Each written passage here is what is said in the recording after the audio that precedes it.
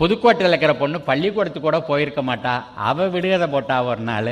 அவ என்ன சொன்னான்னா, அடி காட்டுல நடு மாட்டுல நுனி வீட்டுலன்னு சொன்னான். பயிரை அறுவடை பண்ணும்போது அடி கட்டையை காட்டில் விட்டுட்டோம், வயக்காட்டிலே விட்டுட்டோம். நடுவில் உள்ள வைக்கோலை மாட்டுக்கு போட்டுட்டோம், நுனியில் உள்ளதை வீட்டுக்கு கொண்டு வந்துட்டோம்.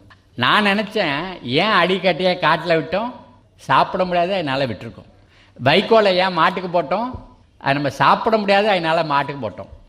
நுனியில் உள்ளது வீட்டுக்கு கொண்டு வந்தோம், சாப்பிடணும் வீட்டுக்கு கொண்டு வந்தோம். தானியத்தை குத்தும்போது தவிடு வருது, அதை சாப்பிட முடியாது, மாட்டுக்கு வச்சுட்டோம். நமக்கு வேண்டாங்கிறத மண்ணுக்கு கொடுத்தோம், வேண்டாங்கிறத மாட்டுக்கு கொடுத்தோம். அது ரெண்டு நமக்கு வேணுங்கிறதெல்லாம் கொடுத்து. அந்த மாடு பால் கொடுக்குது, வீட்டுக்குள்ளே கொண்டு வந்தோம். சாணி மூத்திரம் போட்டது மண்ணுக்குள்ளே கொடுத்துட்டோம். நம்ம வேண்டாங்கிறதெல்லாம் மண்ணுக்கு கொடுத்தோம், வேண்டாங்கிறதெல்லாம் மாட்டுக்கு கொடுத்தோம். அது ரெண்டு நமக்கு வேணுங்கிறதெல்லாம் கொடுத்தது. அந்த மாடு நமக்கு பாலை கொடுத்தது, அது நிலத்தில் உழுவுறதுக்கு ஏரில் போகுது, பயிரை வளர்த்தெடுக்கிறதுக்கு எருவை கொடுக்குது, அது கிணத்துல இருக்கிற தண்ணியை இறைக்கிறதுக்கு கமலையில் ஓடுது, குப்பையை நிலத்தில் கொண்டு போய் சேர்க்கறதுக்கு வண்டியில் போகுது, விளைஞ்சல வீட்டில் கொண்டாந்து சேர்க்கறதுக்கு அது வண்டியில் வருது, நம்மளை ஒரு இடத்துக்கு கூட்டிகிட்டு போகுது வண்டியில், அங்கேருந்து கொண்டாந்து விடுது. அது செத்து போச்சுன்னா அதை பூமியில் புதைக்கிறோம் பாருங்க, அப்போ கூட அது மண்ணோட மண்ணாக இயற்கை எய்தி வேறு வழியாக மேலே வந்து அது பழமாக வந்து சேர்ந்துடுது. அந்த பழத்தை நம்ம சாப்பிட்ற நேரத்தில் நம்ம நரம்பும் எலும்பும் சதையுமாவே அந்த மாடு போயிடுது.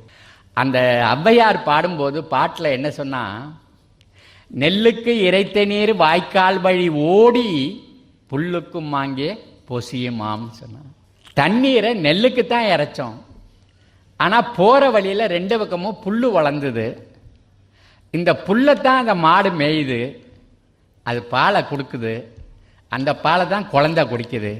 அப்போ குழந்தையுடைய பால், குழந்தை குடிக்கிற பால் பைசா செலவில்லாமல் வந்தது. சரி, இன்றைக்கி குழந்தைகளுக்கு உணவே பற்றாக்குறையாகி போய் நாட்டில் பிறக்கிற குழந்தைகளில் பாதிக்கு மேலே 5 வயசுக்குள்ளேயே மரணம் எழுதிடுது.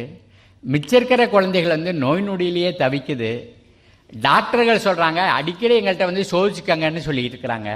விஞ்ஞானம் வளர்ந்துருக்குன்னு சொல்கிறாங்க, அறிவியல் வளர்ந்துருக்குன்னு சொல்கிறாங்க. ஆனால் அறிவு வளர்ந்ததா தெரியல.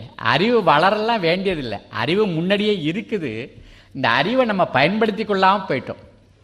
நெல்லுக்கு இறைத்த நீர் வாய்க்கால் வழி ஓடி, நல்லா யோசிச்சு பாருங்கள். நெல்லுக்கு இறைத்த நீர் வாய்க்கால் வழி ஓடி, இப்போ வாய்க்காலே ஓடலை, நேர பைப்பை போட்டு நேர செடிக்கிட்டே கொண்டு போய் சொட்டை விட்டுட்டாங்க. அது வெளியில் கூட படுறதில்லை. அது ஆகையினால புல் இல்லை, புல் இல்லாதனால மாடு இல்லை, மாடு இல்லாதனால பால் இல்லை, ஏர் இல்லை, எருவில்லை.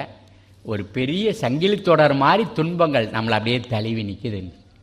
நம்ம முன்னோர்கள் 5000 ஆண்டுகளாக கடைபிடிச்சி வச்சுருந்ததுனால இந்த நிலம் கெட்டு போகாமல் இருந்துச்சு. இந்த 50 வருஷத்துக்குள்ளே அந்த நிலத்தை ஒன்றுக்காத நிலமாக மாற்றிருக்கிறோம்.